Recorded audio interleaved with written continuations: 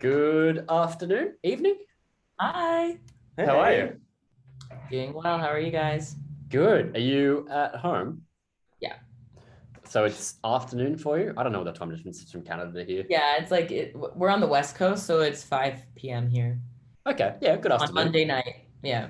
We're in the yeah. future and it's looking Yeah. real bright. No, Yeah. it's not. It's pissing down rain. Yeah. It's Yeah, all right. actually pouring here right now. Yeah, Australia is not doing what Australia does well lately. It's just been like miserable weather. So I will take where we live, it's pretty dry this time of year. I don't know about you guys. Every time it pours rain during this time of year, I'm just very thankful that the whole entire province isn't on fire. So In that's all yeah, I'm summer, saying. that's what it is for us. But we Yeah. had we had like the wettest summer on record here. So we didn't like 2 years ago we had crazy bushfires. Yeah. This time we've had crazy floods. mm, It's just the world's Well, ending one day at a time. I love climate change is just doing awesome. It's Yeah, just yeah, we're all just loving. Everyone's just having a great time. here yeah, for a good future. yeah, totally. Not a long future. So excited for the next generation. They're just Fully. gonna not just be lit on fire at birth. Yeah. I can't. Isn't Yeah. it actually concerning though? Like 100%. I it had this is. It's conversation a the other worry. day with a friend about he just had a baby. And I was like, that's a concern for me going forward with kids, being like, I don't know if I want to bring kids into this world. That's Yeah, such a scary thing. Yeah, it's crazy. Look at like everyone in the UK right now. Like the UK is on fire. It's crazy. So I'm sorry you guys are having a a floody type situation, but hopefully it just stays rain and doesn't go into, like a Noah's Ark Catastrophe. situation. Yeah, fingers completely. crossed. Fingers crossed. How was your recent trip with the UK? Was the weather okay when you were there? You guys toured Europe pretty heavily recently. Yeah, we were there for about a month, and I was like, please don't be there when it's like 40 degrees out.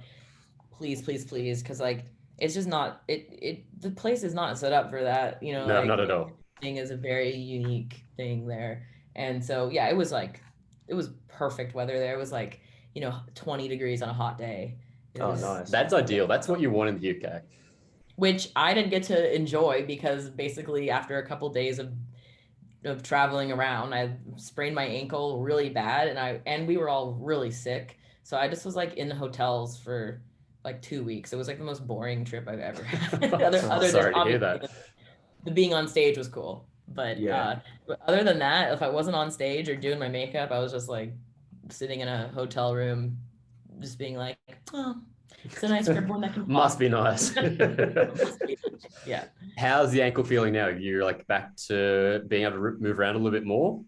Yeah, like I don't need to use crutches anymore, but I'm just it like performing vocals and not being able to do a lot of aerobic exercise do not really go hand in hand with one another. Fully. So I'm just I basically, going on a incline walk is like the best of my aerobic system right now that I can access.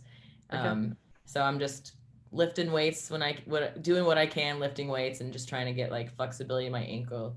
But like being a singer is weird because you just because you're singing doesn't mean you're anywhere near like pro level athlete level, but you have to at least be like you know you have to do well. Most people have to at least be like a casual, a weekend warrior type athlete. I Yeah. disagree. I think you have to be more than that. I think people underestimate how hard it is to move around consistently while projecting. I'm not a vocalist, but I'm an athlete and talking while doing what I do is hard enough. You're on stage for 40 minutes, consistently moving and pushing your voice as hard as you can. That takes a lot of strength.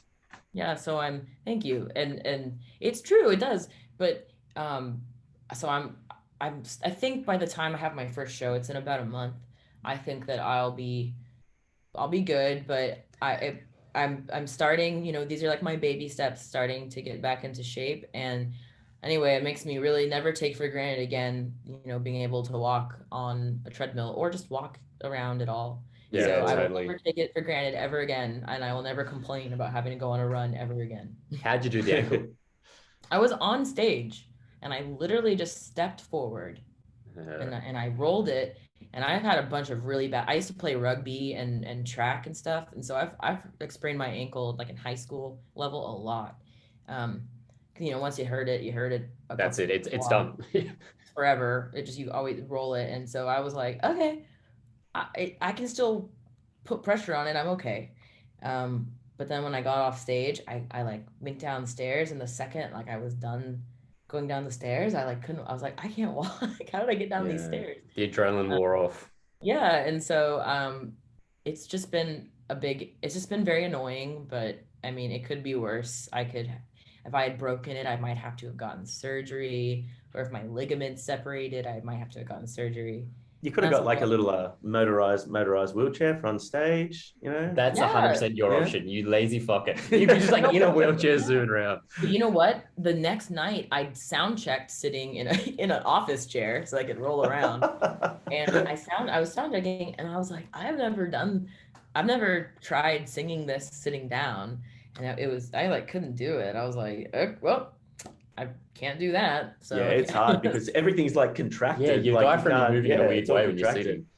Yeah, so I mean, I know I could do it sitting down probably. I was just thinking about that because then the night that I flew into Chicago to rehearse last week, it was when Rage Against the Machine was playing in Chicago, and Zach De La Roca like really hurt his knee or something, and he had to do the whole set sitting down. Like I can't imagine doing those songs. Like that guy's got to be real strong to be able to project like that sitting down. I saw some footage of him. It was like him talking while sitting down, like giving a speech in between, and even that was so impassioned and like I was like, man, he did the whole set like that. That super animated dude. Oh, so I just was like, good luck, man, to whatever you are gonna be going through for the next little while. I guess they're on tour, so yeah. Anything with the joints, you don't want.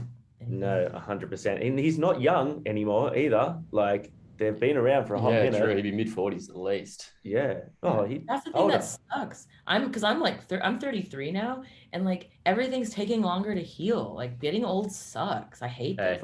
You're preaching to the choir over here. 34 and 40. Annoying. Yeah. 100%. Getting old sucks. Getting out of bed every morning, it's just like life is just pain. Like, can I just stay in bed? So you said you've got a month until the next tour, is it?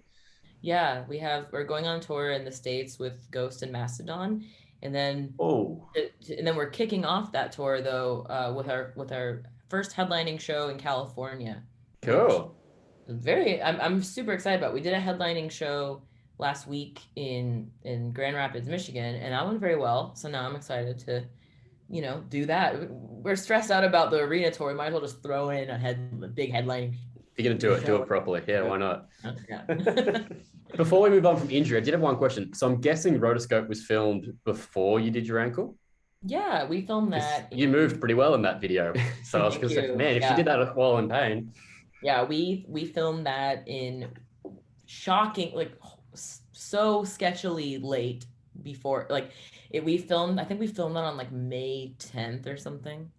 And then it's all blurring into one. And then we went straight to practice to rehearse for the tour. And then like a week later started our Europe tour.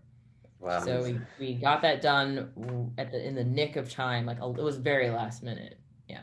Congratulations on the new tunes, by the way. We're obviously huge fans and have checked you guys out many times on the channel. But it's kind of like a rebirth of the band, but it still sounds so Spiritbox.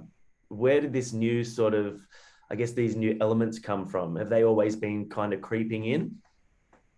I think like the guitar tone plays such a huge role for me writing stuff.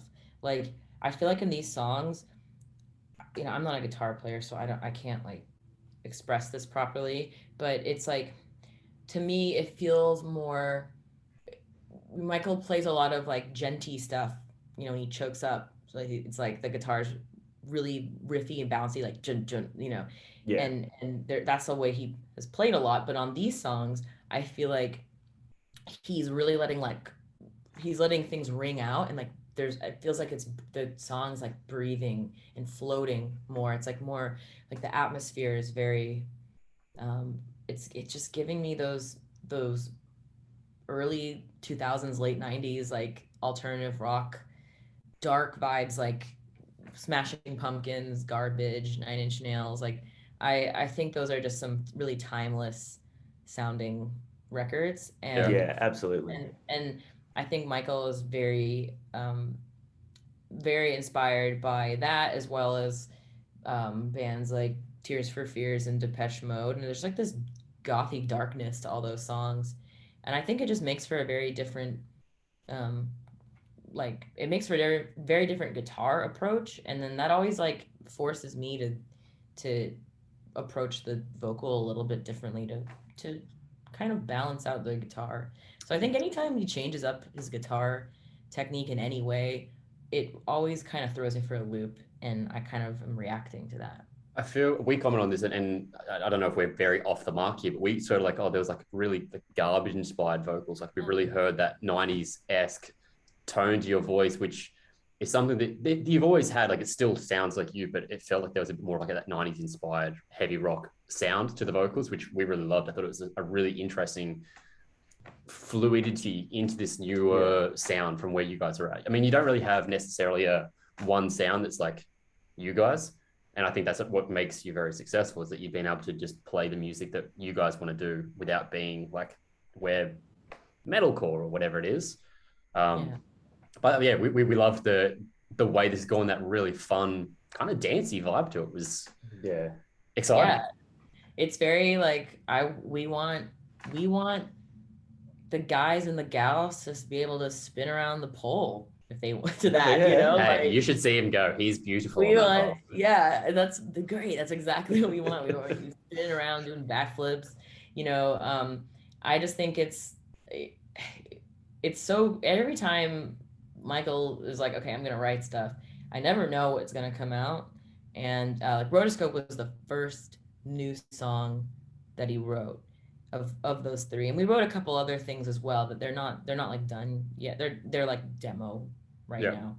But that was the first one. I think it really like set the tone for everything else. And I think he's always gonna be, no matter what we do, I think he's always going to be chasing that balance of like heaviness, and you know, he uses this as in a positive way, like something catchy. I think a lot of us kind of like shy away from using, I don't like using that word, like being like, oh, it's catchy. I think we've all like trained ourselves to be like, mainstream is bad, but Michael, when he says something's catchy, he means he's obsessed with it and it's stuck in his head, and it has replay value to him. So I think that he's always going to be like chasing those two things, and they don't have to necessarily oppose each other. They can like go parallel with one another and mix with 100%. I don't think, I've never seen catchy as a dirty word in terms of music, because if I listen to, you know, like some of the heaviest shit that I listen to, they'll have things that hook you in. They'll have a hook, they'll have a guitar line, or, you know, drum fills, or you know, a call and response vocal, just something. And that is still technically catchy, because it's essentially what catches you, what brings you in. And you guys have like, you've never had an issue doing that. Even like Holy Roller is heavy as fuck. It's so infectious. Like everything about it is just, it's just the groove just sucks you in from the get-go, and then you're on board and you're with it like the whole time. When you go towards something like Rotoscope, and you've obviously, it's a bit of a different sound, but it has been received, as far as we can tell, so well. Like I have not seen any negativity, which I guess can be daunting for a band that does release things like Holy Roller. So is it good to see how well it's been received? And then does it kind of give you a little bit more confidence with continuing to push that boundary and chase those sounds? I don't know yet. I think I won't know until we go and we're a guest on tour. So when we go on this ghost tour and we're a guest, the people there are not there to see us. They're there to see Ghost and Mastodon. And they come in early to get a hot dog and get a beer and watch us. Like I'm happy about that. And that's going to be the test, I think, because I don't know. I kind of was like, where is the backlash to this song? Which makes, to be quite honest, I don't, you know, I'm like, maybe that means that only our fans are hearing the song and they're just like mirroring back to us you know, It's like they an love, echo chamber. they're the best. Yeah, like they love, our fans are the best. They are so open-minded. So of course they're gonna like give they're, even if they don't like something we make, they always give it a chance, you know, like they always, Yeah. they respect it, and like they're gonna at least humor us and listen to it, and maybe even a few times before they write it off. Yeah. And so I really appreciate that about them. They're very open-minded. So I don't know, like, but the cool thing is about this band at this current time on this day is like, we do not have the capacity to like engineer success at all. We are literally just making songs and like they just kind of come out. And yeah, we'll have like a little board meeting before we start writing of like what our goals are and stuff. So like we're able to kind of look at it a bit objectively about like what we want to accomplish with the songs and like what influences us. But at this point, they are still the only way I feel comfortable creating music right now is like in that vacuum where it's like completely selfish. It's just about this, what sounds cool over the song. And I don't know, maybe the next level up to being a professional musician is being able to create music in a different way with a different objective in mind. And that's like, everyone that's good just can do that and just open that part of their head. That we are not there. We are just like, this is a purely selfish, like, this song is what I need to get out there to feel like I put something of myself out there. Yeah. And Yeah, but that's, I don't know, maybe I always want it to be like that. That'd be yeah, but cool. I think that's, I mean, like that, keeping it all in house like that and just doing things the way you're comfortable and the way you want, like that's authenticity. That's like, That's what art is. yeah, it's like authenticity breeds success as well. You know what I mean? Like, because especially in heavy music, I don't necessarily feel a connection to cookie cutter shit that I know has been written with a direct goal in mind. Like, okay, we need a cool riff, we need a super catchy chorus, we need a breakdown, and we need to repeat it. That's what it has to be. Yeah. Because that sort of shit doesn't stand the test of time. I mean, some bands obviously get lucky and they stick to a formula, but I think for me, it's always that authenticity and that drive for a band to just do exactly what you're doing. Let's just be us. Let's just write what we want to write, put it out. If people like it, sick. If not, oh well. Yeah. And it, yeah, so I feel like, you know, putting out a few songs at a time like this, just it felt really nice because we had that instant gratification, you know. It was, I really don't like the whole album release like roller coaster climactic thing, and I can't, it's so stressful to me. Oh my God. Like I feel like can't everyone's like that though. Like the way music is gone, we've said this a few times, bands are releasing more and more single for 6 months because they can just focus on that one thing at a time as opposed to going one single and the album's coming out. Yeah, I think most musicians really don't like the rat race of the album rollout because I feel like a lot of us are like really uncomfortable talking about stuff that's so fresh to us. Like I think you'll probably always get the best interview from a band, you know, where they've had a few years to like process the songs, and then I think when they're fresh for us, we're kind of like, you know, I always find that I have to really make sure that I'm not just like hitting bullet points like interview style, like, blah, blah, blah, you know. So it was very refreshing for the Rotoscope, Sew Me Up, and Hysteria to like not do a press release or anything, you know. Like we're just like dump them out. It was a nice little surprise too. I think a lot of people, I feel like everyone's like, we're just new music already. Like where did this come from? Yeah, it was definitely, I enjoyed how intrigued people were about that, because it was the opposite of the rollout for our album Eternal Blue. That was did the classic, just the roll. It felt like 5 years of rolling out the album. I think it felt like that to us, to be honest, because we were like, you hear one song and then the next song, man, I can't wait for the album. And I think there's like an album, maybe 3 singles, and you announce the date and you're like, that's 6 months away. That's so long to wait. You know, I can't imagine how bad it'd be for you guys. Oh my God. And also like we also would like, I'd be like screaming at my computer, you know, people being like, oh my God, like they're taking such a long time, and they already released songs from it and now they're releasing more. And I'm like, yeah, it's almost like some crazy thing happened where we were gonna put out music and then The world shut down. something shut down. I can't Yeah. think of what this was, where we couldn't go record it. And then we had to just kind of like, you know, do this for a year and a half. And then finally, a year and a half later, recorded it and then could set a date. So Yeah. we have, put out more music because like if your label has a budget for you for putting out songs and videos, where you're gonna be like, no, it's okay. We've done enough singles.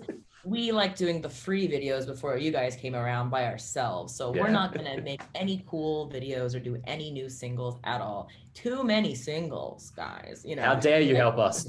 Yeah. So like I hope that I'm never in that situation ever again. And that the next time we release an album, it's just like the complete, just boring, like everything just goes to plan. I can't wait. One of these days, everything is just, we're gonna put music out and it's gonna be normal, and we're like, wow, look at that, everything just was exactly as we thought it would be. And then that's gonna happen. You'd be like, I don't like it this way. I know, like the chaos of last time. The more I keep talking to people in this industry, the more I realize that it isn't ever. I don't think I'll ever have that. I think that because we did all this stuff for the first time during the pandemic, I would be like, okay, this is just a one-time thing where it's going to be all crazy. And the more I realize, I think the more I'm talking to other people releasing stuff, I'm like, I was very naive to think that it would all. It's just a wild. I think the whole music industry is a wild roller coaster ride.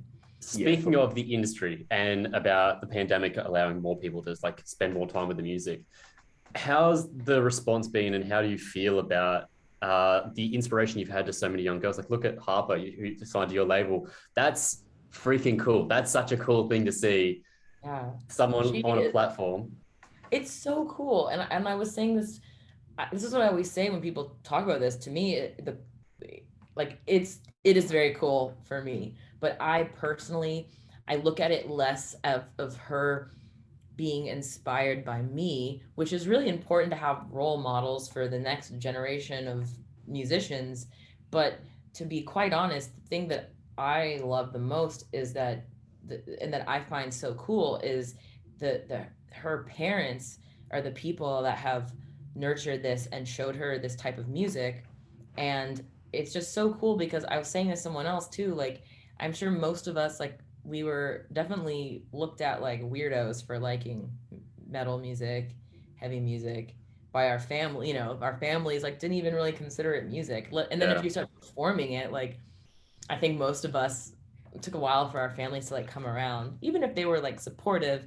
If we were making, I think most kids, like, if they were making more mainstream music, like, even if it sucked more and it was less popular, like, their family would probably understand it more and acknowledge it more. So I think that's most of us have that like chip on our shoulder about that. But Harper doesn't have that. Like, her only frame of reference is her parents supporting her in whatever type of music she wants to make. And I think that's why she walked out on America's Got Talent, arguably the most scary thing you could possibly do. I would never. I would 100%. The confidence in that girl.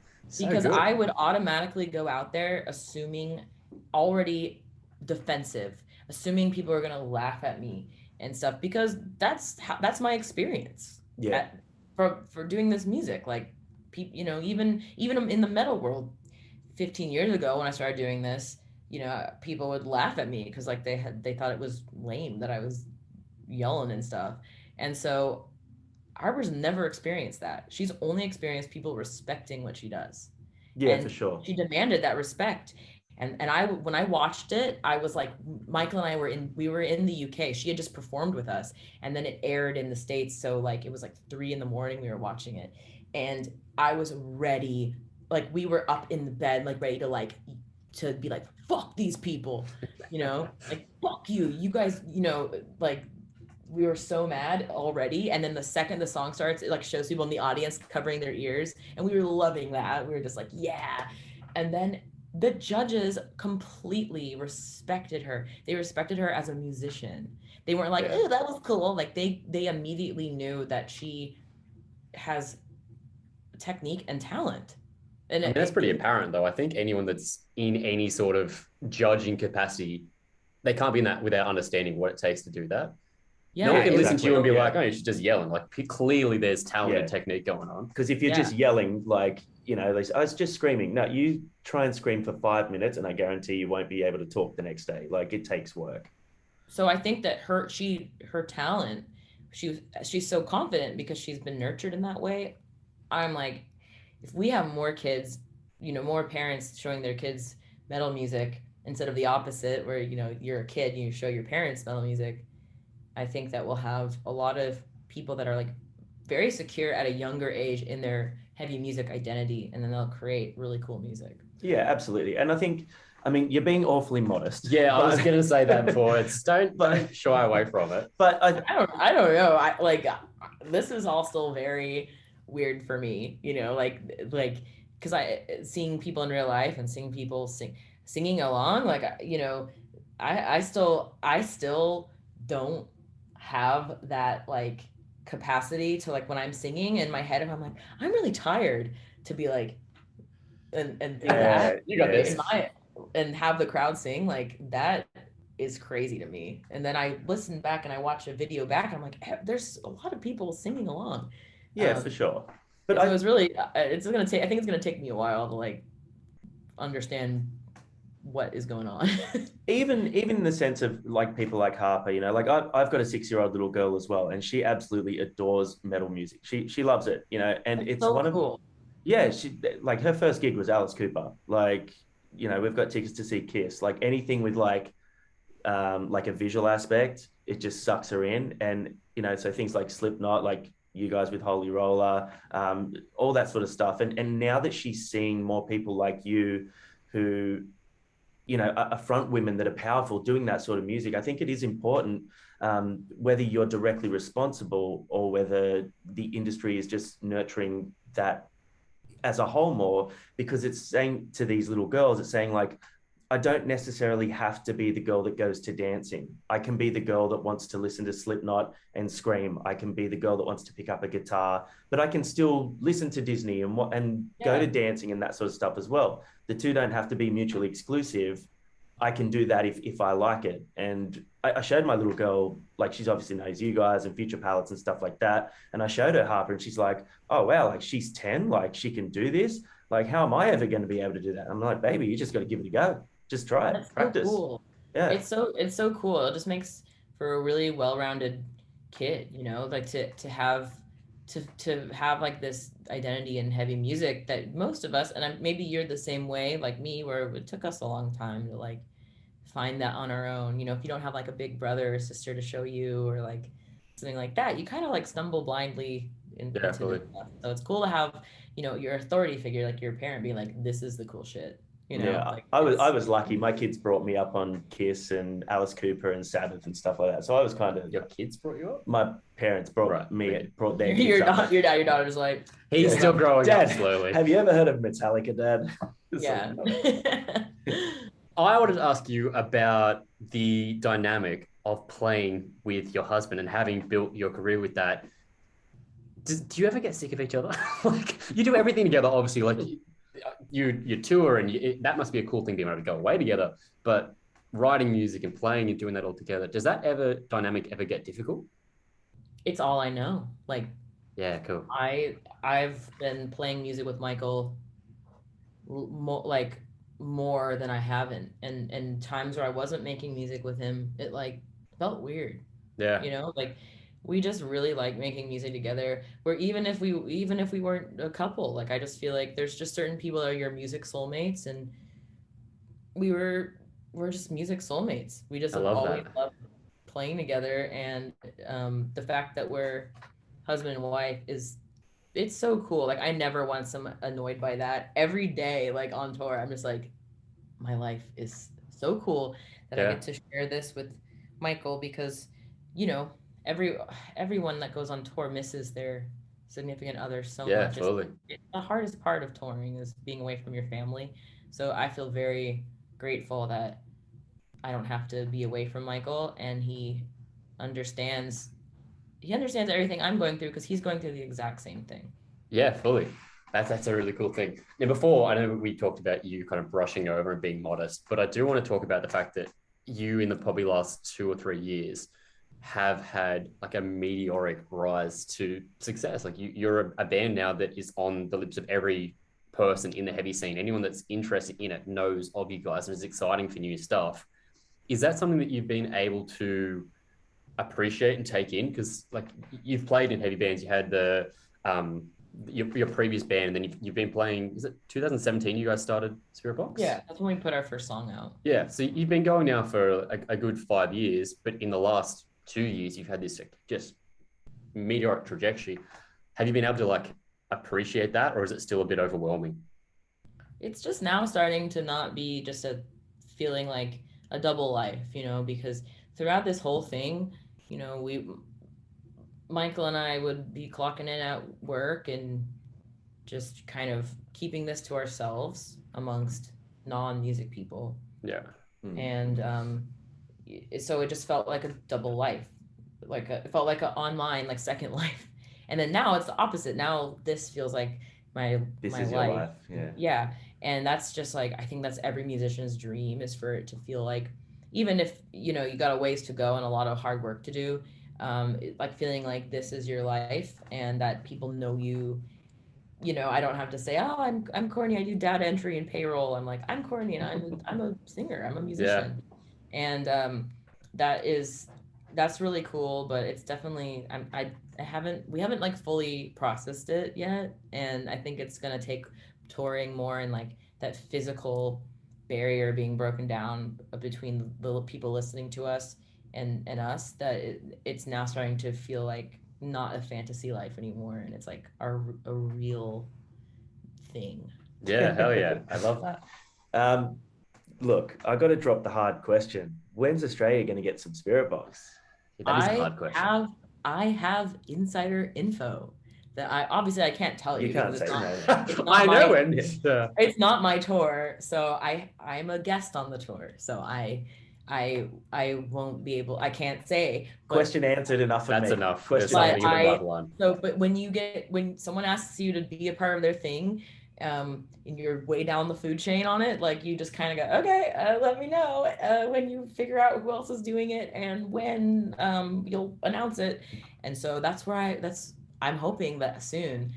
I'm like trying to do the math. I'm like, it's got to be kind of soon. So either soon you'll hear, or if there's some new restrictions or something, it will just completely disintegrate behind the scenes, and we'll all be like blissfully ignorant. And no pretend this never happened. Yeah. So either way, if you don't hear anything about it, it's because it all just exploded. Sure. And if you do hear, I think it'll be like really soon. Cool. And it's like the coolest thing ever. Like, so I really hope it works. So I think we'll be seeing you in real life soon. That kind of comes to one of our next questions, and maybe this is going to ruin it, but we were like, do you have any dream artists to tour with? Like Ghost of Mustard, that's a really cool tour. Have you got artists there that like go for you guys? I just want to tour with all these people that have been doing this since I was a little kid, because I have so much to learn and I need to learn it. Like I feel like we need an intensive course. So I just want to tour with people that have like all these bands that have like an empire, like they have a full like economy surrounding their band, bands like Slipknot, Korn, Deftones, Metallica, like all those people, Bring Me the Horizon, those bands, they're living my dream as far as like, money is no object for their production and stuff like that. Whatever you're seeing as their show, like that's their dream. That's come to life, and there's no time or financial restrictions.